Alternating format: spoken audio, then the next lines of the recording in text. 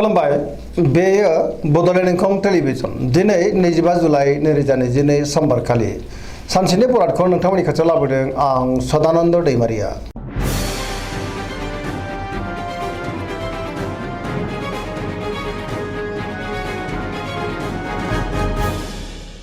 सिगां फरायथिनो लादों मेष राशि गिबि हांखो अ ल। दिनैनि साना मोजां आरो गाज्रिनि गेजेरजों बाबेनलांगोन। गुबुननि थाखाय नाङा फाङा जेंनायाव गोग्लैनांनोबो हागौ। गोसोखौ दिनै जोबोर गुलुं गुजुं मोनगोन। मावनो हानाय खामानिखौ थि समाव मावफुंनो हागोन। देहाया मोजाङै थागोन। रांखावरियाव जोबोर मोजां। अब्लाबो नाथाय खरसायाबो बांगोन। बेफार फालांगियाव मोजां होनजायो। समाजाव मान मोनगोन। न'खराव एना एनि फैनो हागौ। सोरजोंबा नांलाय खमलाय एबा दान्थे बिदान्थेबो जानो हागौ। सांग्रां जानाया गाहाम। बहाबा बेरायहैनो एबा दावबायनो खाबुबो मोननो हागौ। लाइमोनफ्रा दिनै जोबोर रमान्टिक जागोन।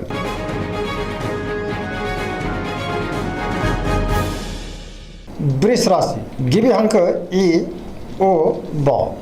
दिनैनि साना जोबोर मोजां। गुबुननि हेफाजाब मोननानै गोसोखौ दिनै जोबोर गोजोननाय मोनगोन। गोसोआव बोलो बांगोन। मावनो लानाय खामानिखौ थि समावनो आरो गोरलैयैनो मावफुंनोबो हागोन। समाजाव मान मोनगोन। रांखावरियाव जोबोर मोजां। मोननो गोनां धोनखौ दिनै मोननो हागोन। बेफार फालांगियाव दिनै जोबोर मोजां मुलाम्फा मोनगोन। आयाबो बांगोन। बहाबा थाङोब्ला दिनै जोबोर मोजां आरो मोजाङैनो हान्थिनोबो हागोन। न'खरावबो बिसि फिसायनि गेजेराव अनलायनाय फैगोन। देहाया मोजाङै थागोन। सेंग्रा सिख्लाफ्रा जोबोर रमान्टिक जागोन आरो गावबा गावनि गोसोनि साननायफोरखौबो फोरमायलायनोबो हागोन। फरायसाफ्रा दिनै फरायनायाव गोसो दुंखांगोन। बहानिफ्रायबा मोजां खौरां फैनोबो हागौ। पजिटिभ एनार्जिनि गोहोमबो गोग्लैगोन।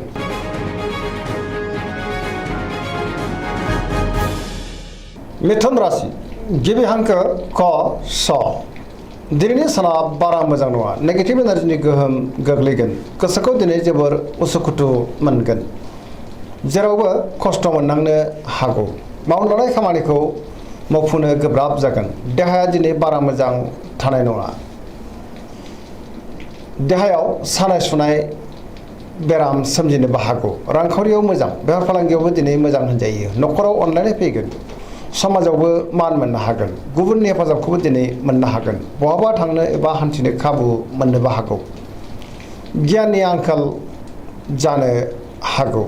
माबा नङा माबा मोनसे गोरोन्थिबो मावफ्लांनो हागौ। लाइमोनफोरनि गोसोआ जोबोर रमान्टिक जागोन। फरायसाफ्रा दिनै फरायनायाव गोसो दुंखांगोन आरो मोजां फिथाइ मोननोबो हागोन।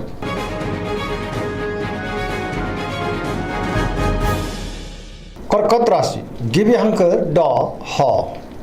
दिनैनि साना जोबोर मोजां। गोसोखौ दिनै जोबोर गोजोननाय मोनगोन। मावनो हानाय खामानिखौ थि समावनो आरो गोरलैयैनो मावफुंनोबो हागोन। रांखावरियाव दिनै जोबोर मोजां। बेफार फालांगियावबो जोबोर मोजां मुलाम्फा मोनगोन। मोननो गोनां धोनखौ मोननो हागोन। देहाया मोजाङै थागोन। अब्लाबो नाथाय जानाय लोंनायाव सांग्रां जानांगोन। गुबुननि हेफाजाबखौ मोननो हागोन। गोसोखौ दिनै जोबोर गोजोननाय मोनगोन। गोसोनि साननायफ्रा मोगथाङाव जाफुंगोन। समाजाव बयजोंबो गोरोबनानै थानो रोंगोन। सोरजोंबा बाख्नाय जानोबो हागौ। लाइमोनफोरनि गोसोआ दिनै जोबोर रमान्टिक जागोन आरो गावबा गावनि गोसोनि साननायखौ फोरमायलायनोबो हागोन। पजिटिभ एनार्जिनि गोहोमबो गोग्लैगोन।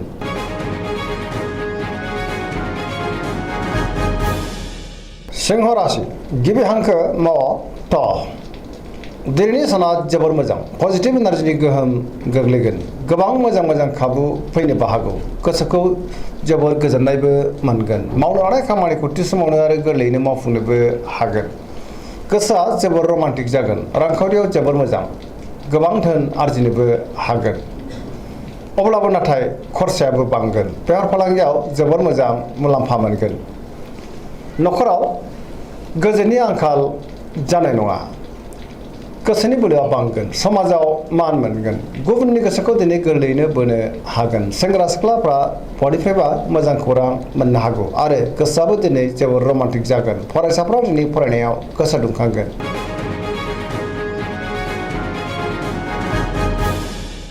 कन्या राशि गिबि हांखो प ट। दिनैनि साना जोबोर मोजां। गोसोआव गोग्गो आरो गोथों साननाय फैगोन। रांखावरियाव जोबोर मोजां।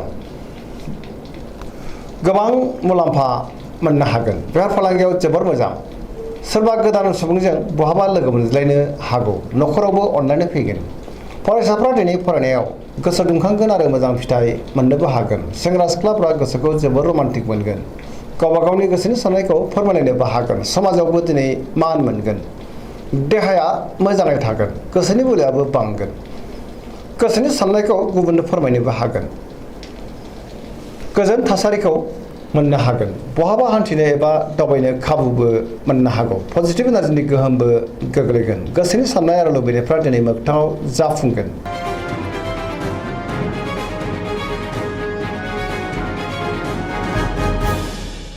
तुला राशि गिबि हांखो र ट दिनैनि साना मोजां आरो गाज्रिनि गेजेरजों बाबेनलांगोन। बहाबा दावबायहैनो एबा हान्थिनो खाबु मोननो हागौ।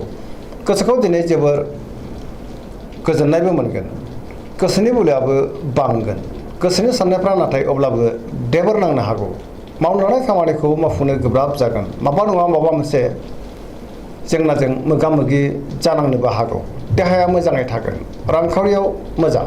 मोननो गोनांफोरखौ दिनै मोननो हागोन। न'खराव बिसि फिसायनि गेजेराव अननानै फैगोन। बिदा फंबायजों मोजां सोमोन्दो थागोन। समाजाव मान मोनगोन। बेफार फालांगियाव दिनै जोबोर मोजां मुलाम्फा मोनगोन।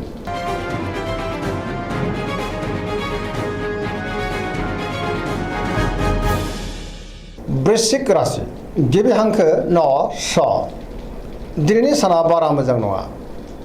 गोसोनि बोलोआ लोरबां जागोन। गोसोनि साननायफ्रा देबर नांगोन। गोजोननि आंखाल जानोबो हागौ। गोसोखौ दिनै जोबोर उसुखुथु मोनगोन। सोरबा लोगोनि हेफाजाबखौ मोननो हागोन। गोसोआव गोनो गोथो साननाय फैगोन। मावनो लानाय खामानिखौ थि समावनो मावफुंनो हागोन। अब्लाबो नाथाय गोसोनि बोलोआ लोरबां जागोन। समाजाव मान मोनगोन। न'खरावबो अननानै फैगोन। बिदा फंबायजों मोजां सोमोन्दोबो थागोन। रांखावरियाव जोबोर मोजां। बेफार फालांगियावबो मोजां होनजायो। अब्लाबो नाथाय खरसायाबो बांगोन। देहाया मोजाङैनो थागोन। गुबुननि थाखाय मोजां खामानि मावनानै होनोबो हागोन। फरायसाफ्रा दिनै फरायनायाव गोसो दुंखांगोन आरो मोजां फिथाइ मोनगोन। लाइमोनफोरा जोबोर रमान्टिक जागोन आरो गावबा गावनि गोसोनि साननायखौ फोरमायलायनो हागोन। अब्लाबो नाथाय नेगेटिभ एनार्जिनि गोहोमबो गोग्लैनो हागौ। सांग्रां जानाया गाहाम।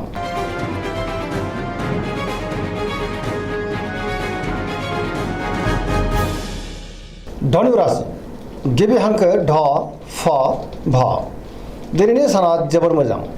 गुबुननि हेफाजाब मोनगोन। गोसोआव पजिटिभ साननाय फैगोन। गोथों आरो गोग्गो साननो रोंगोन।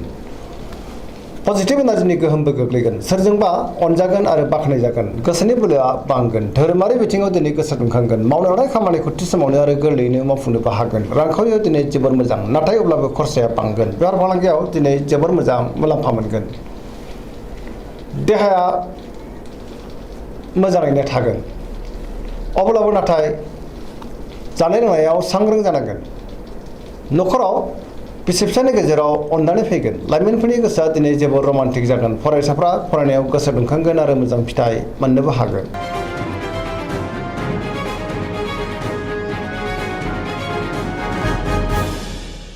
मकर राशि गिबि हांखो ख ज दिनैनि साना जोबोर मोजां। बहानिफ्रायबो मोजां खौरां मोननो हागौ। गोसोखौ दिनै जोबोर गोजोननायबो मोनगोन। देहाया मोजाङै थागोन। गोसोनि साननायफ्रा जाफुंगोन।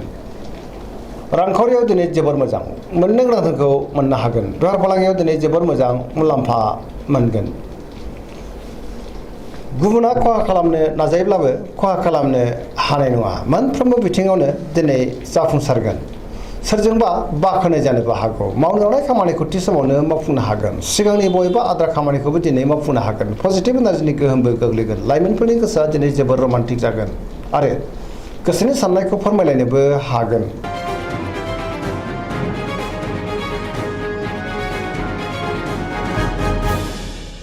कुम्भ राशि गिबि हांखो ग स दिनैनि साना बारा मोजां नङा।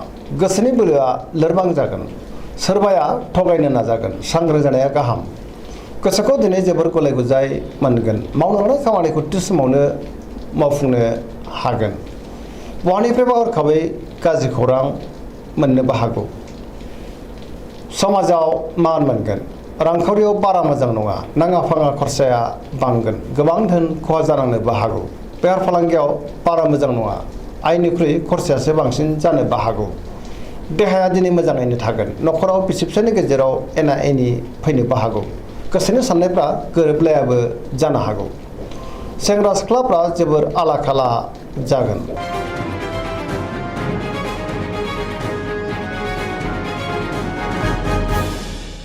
मीन राशि गिबि हांखो ड स दिनैनि साना जोबोर मोजां माबा मोनसे मोजां खौरां मोननानै गोसोखौ दिनै जोबोर गोजोननाय मोनगोन गोसोनि बोलोआ बांगोन देहायाबो मोजाङै थागोन रांखावरियाव जोबोर मोजां बेफार फालांगियावबो दिनै जोबोर मोजां मुलाम्फा मोनगोन न'खराव बिसि फिसायनि गेजेराव अनलायनाय फैगोन गुबुननि थाखाय मोजां खामानि मावनानै होनोबो हागोन गोसोआ जोबोर रमान्टिकबो जागोन गोसोनि साननायखौ दिनै गुबुननो फोरमायनोबो हागोन सिगांनि बबेबा जेंनाया दिनै सुस्रांजानोबो हागौ गोसोनि साननाय आरो लुबैनायफ्रा मोगथाङाव जाफुंगोन दिनैनि राशि फरायथिनाया एसेनोसै जोबनायाव बेखौनो खावलायो जाहाथे नोंथांमोना सानफ्रामबो जोंनि बे बड'लेण्ड इंखं टेलिभिजनखौ नायबाय थायो आरो साबस्क्राइब खालामो लोगोसे लाइक खालामो आरो शेयार खालामो एसेनोसै गोजोन्थों